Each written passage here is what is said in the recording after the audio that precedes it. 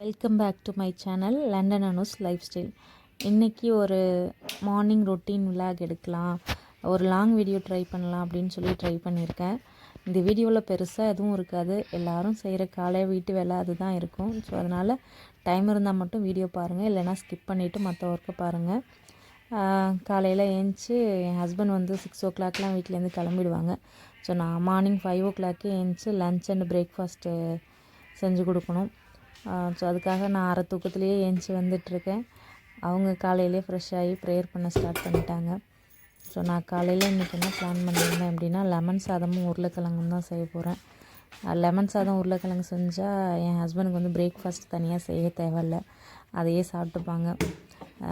So இன்றைக்கி வந்து வெறும் சாப்பாடு மட்டும்தான் வைக்க போகிறேன். இதில் ப்ரோட்டீன் இருக்காது, எதுவும் இருக்காது தான்.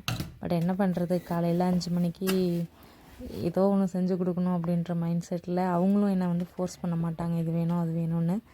ஸோ நான் என்னால் முடிஞ்சது செஞ்சு கொடுத்துருவேன். ஸோ நைட்டு வந்தப்போ வரும்போது நைட்டு நல்ல சாப்பாடாக செஞ்சு வைக்கிறது தான். ஸோ ஒரு டம்ளர் ரைஸ் எடுத்துகிட்டு வாஷ் பண்ணி குக்கரில் வச்சிட்டோன்னாக்கா 2 விசிலில் முடிஞ்சிடும். ஆக்சுவலாக லெமன் ரைஸ் வந்து யாரும் குக்கரில் வைக்க மாட்டாங்க, கொல கொலன்னு போய்டுன்ட்டு. பட் இந்த ரைஸ் வந்து கொஞ்சம் நல்லாயிருக்கும். அதனால் ஒரு டம்ளர் ரைஸுக்கு 2 டம்ளர் தான் தண்ணி வைப்பேன். அது கரெக்டாக இருக்கும் ரைஸோட பதம். இன்னும் சொல்லணுன்னா, இந்த ரைஸெல்லாம் வந்து நம்ம வடித்தோம் அப்படின்னாக்கா அப்படியே அதுலேயே தண்ணி இருக்கிற மாதிரியே இருக்கும்.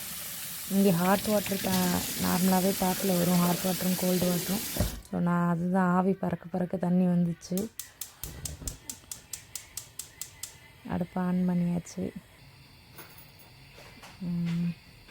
இந்த வீடியோவில் என்னோடய ஃபேஸை வந்து ஸ்கிப் பண்ணிவிடுங்க. குளிர் காலையில் -3 டிகிரின்னு நினைக்கிறேன் இன்றைக்கி. அந்த குளிரில் வந்து காலையிலே ஏஞ்சி சாப்பாடு செய்கிறது ரொம்ப கஷ்டமாக தான் இருந்துச்சு. எப்போதும் அப்படி தான், கஷ்டம்னு சொல்ல முடியாது, பழகிடுச்சு. பட் உங்களுக்கு பார்க்குறவங்களுக்கு வந்து காலையிலே தூங்கி முஞ்சோடு வந்து வேலை செஞ்சிட்ருக்கீங்கன்னு தோணும், அதுக்காக சொன்னேன். அப்புறம் உருளைக்கிழங்கு கட் பண்ணிகிட்ருந்தேன். இந்த கிளைமேட்டுக்கு உருளைக்கிழங்கு எல்லாம் முளைச்சி போகுது. உருளைக்கிழங்கு, கார்லிக்கு, இஞ்சி எல்லாமே முளைச்சி போகுது. ஆனால் இதை கொண்டு போய் மண்ணில் வைக்கலான்னா வைக்கவும் முடியாது, ஏன்னா வெளில ஃபுல்லாக ஸ்னோ கிடக்கு. வச்சாலும் வீணாக தான் போகும்.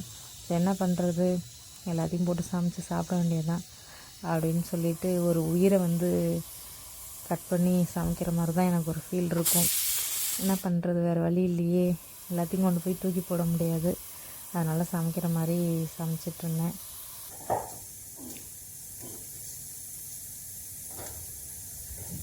உங்களுக்கு காலை நேரத்தில் இப்படி சாப்பாடு செய்கிறது எவ்வளோ கஷ்டம், எப்படி இருக்கும் அப்படின்றத மறக்காமல் கமெண்ட் பண்ணுங்கள். ஸோ பொட்டேட்டோ ஃப்ரைக்கு கொஞ்சமாக குழம்பு மிளகாத்தூள் போட்டுக்கிட்டேன்.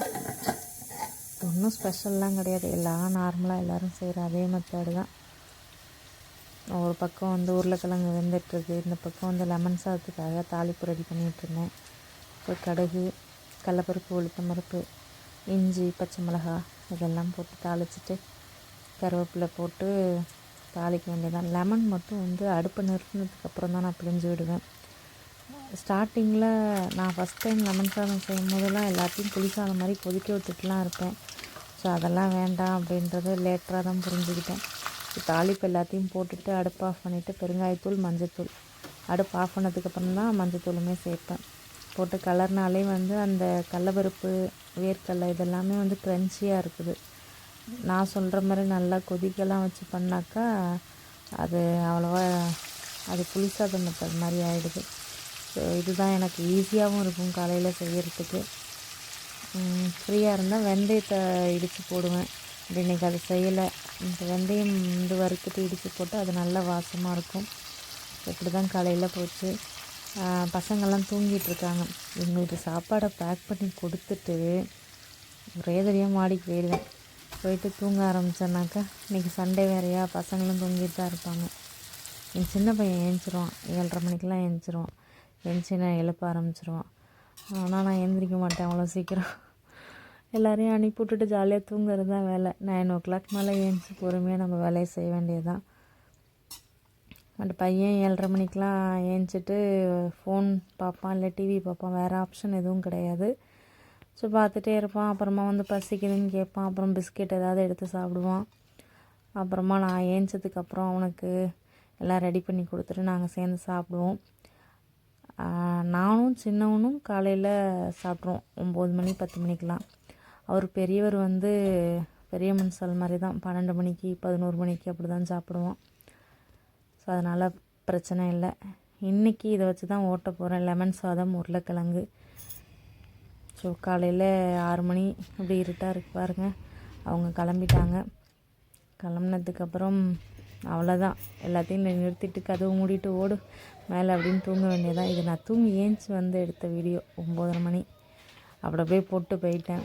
நான் வந்து வீடியோக்காக எதையும் க்ளீன் பண்ணலாம்ல, நான் எப்படி ரியலாக இருப்பனோ அப்படியே தான் இந்த வீடியோ எடுத்திருக்கேன். ஸோ இது என்னோடய சின்ன ஜன்னல் தோட்டம்.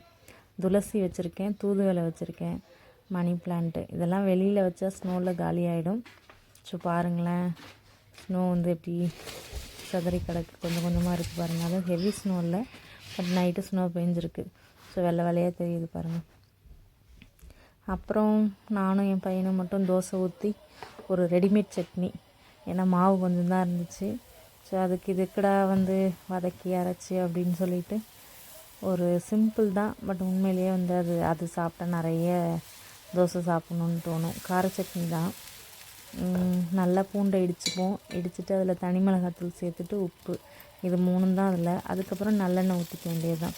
என் ஹஸ்பண்ட் இருந்தாங்கன்னா நல்லெண்ணெயில் வந்து கடுகு போட்டு தாளித்து கொடுப்பேன். அப்படி இல்லைன்னா நாங்கன்னா நல்லெண்ணெய் மட்டுமே ஊற்றி சாப்பிட்ருவோம். எனக்கும் என் சின்ன பையனுக்கு மட்டும் தோசை ஊற்றி எடுத்துக்கிட்டேன். ஏன்னா அவருக்கு வந்து நான் ஊட்டி விட்டால் தான் அவர் சாப்பிடுவார். சாப்பிடலாம் தெரியும், ஆனால் வந்து நான் ஊட்டி விடணும். அதனால் இங்கேருந்து எடுத்து கொண்டு போய் அங்கே வச்சுட்டு டிவி பார்த்துட்டு சாப்பிடுவோம். உங்கள் வீட்லேயும் பசங்க இப்படி தானா? நீங்கள் ஊட்டி விட்டால் தான் சாப்பிடுவேன் நடம் பண்ணுவாங்களா? என் பையன் ரொம்ப மோசங்க. நான் ஊட்டி விட்டால் மட்டும்தான் சாப்பிடுவேன் அப்படின்னு சொல்லுவான். யார் ஊட்டி விட்டாலும் சாப்பிட மாட்டான். ஸோ அந்த மாதிரி ஒரு டார்ச்சர் சின்ன பையன். தோசை ஊற்றி சாப்பிட போகிறோம். இந்த ரெடி ஆகிடுச்சு சட்னியும்.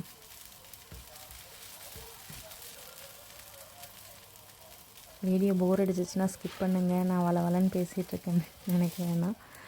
ஸோ இப்படி தான் இருக்கும் லாங் வீடியோ அப்படின்னாக்கா. ஸோ இன்ட்ரெஸ்டிங் வீடியோஸ் வந்து நான் ஃப்யூச்சரில் போட ட்ரை பண்ணுறேன். பட் ஃபஸ்ட் டைம் அட்ஜஸ்ட் பண்ணிக்கோங்க.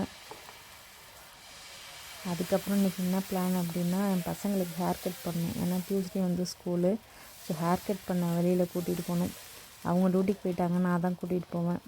அவங்க லீவில் இருந்தாலுமே அவங்கள டிஸ்டர்ப் பண்ண மாட்டேன். ஏன்னா ஹேர் கட் பண்ண போனோன்னாக்கா ஒரு ஆஃப் டே ஆகிடும்.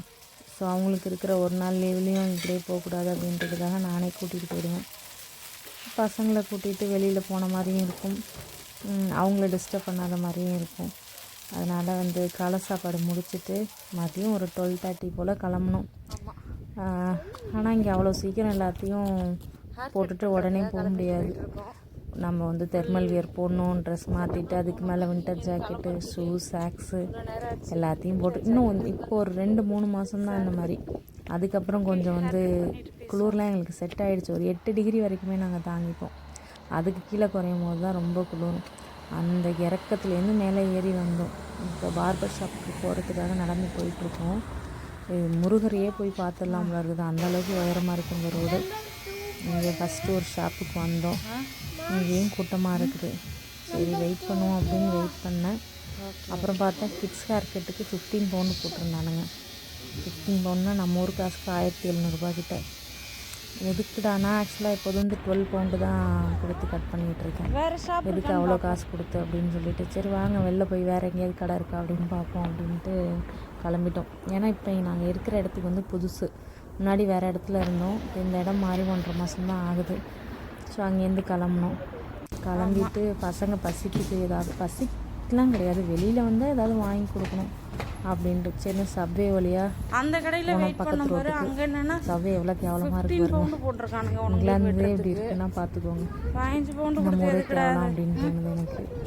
ஸோ இங்கேருந்து போயிட்டு அங்கே ஒரு 2-3 கடை அலைஞ்சோம். அங்கெல்லாம் வந்து எல்லாம் இங்கிலீஷ் பிரேக்ஃபாஸ்ட்டாக இருந்துச்சு, எங்களுக்கு பிடிக்கல. அப்புறம் டிக்ஸி சிக்கன் ஒன்று இருக்கும், அதில் ஃப்ரைட் சிக்கன் கிடைக்கும், அதில் பசங்களுக்கு வாங்கி. இங்கே ஒரு பார்பர் ஷாப் இருந்துச்சு, இங்கே வந்து வெயிட் பண்ணி கட் பண்ணி. இங்கே வந்து அண்டர் 12 வந்து 10 பவுண்டு போட்டிருந்தாங்க. பட் வந்து ஹேர் கட்லாம் முடிச்சுட்டு அமௌண்ட்டு கேட்கும் போது 12 பவுண்டுனாங்க. எனக்கு அவனுங்க ஒழுங்காக கட் பண்ணியிருந்தா கூட எனக்கு வந்து திருப்தியாக இருந்திருக்கும். சரியாகவே ஹேர் கட் பண்ணிட்டு எதுக்குடா 12 பவுண்டு கொடுக்கணும் அப்படின்னு சொல்லிட்டு நீங்கள் என்ன போட்டிருக்கீங்க 10 பவுண்டு தானே போட்டிருக்கீங்க அப்படின்னே அப்புறம் அவன் ஒத்துக்கிட்டான். 20 பவுண்ட் தான் 2 பேருக்கும் வாங்கிட்டான். அப்புறம் சரின்னு சொல்லிட்டு என் பையன் ஏமா நீங்கள் வந்து அவர் கேட்ட காசு கொடுக்க வேண்டியது தானே அப்படின்னு. அவன் ஒழுங்காக கட் பண்ணியிருந்தானா நானே காசு கொடுத்துருப்பேன்.